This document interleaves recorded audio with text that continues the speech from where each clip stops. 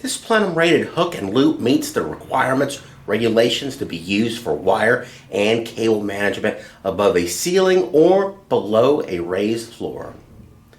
Here's a quick look at Plenum-rated areas. You can tell, of course, the ceiling area and the raised floor. Now I'll also be putting in some UL information in the description below if you want to check that out.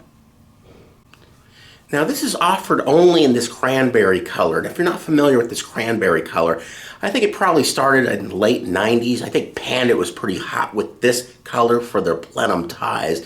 And the reason being is you want the inspectors to just look in there, notice that it's the color cranberry, so that way they know, okay, you got the right ties for the correct application.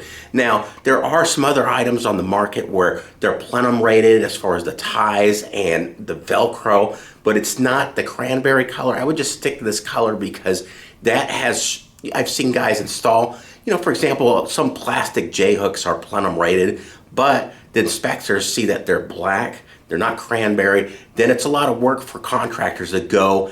Now you got to get a spec sheet, then you got to give it to the inspector. It becomes a whole ordeal. So stick to the cranberry color and you'll stay out of trouble. Thanks.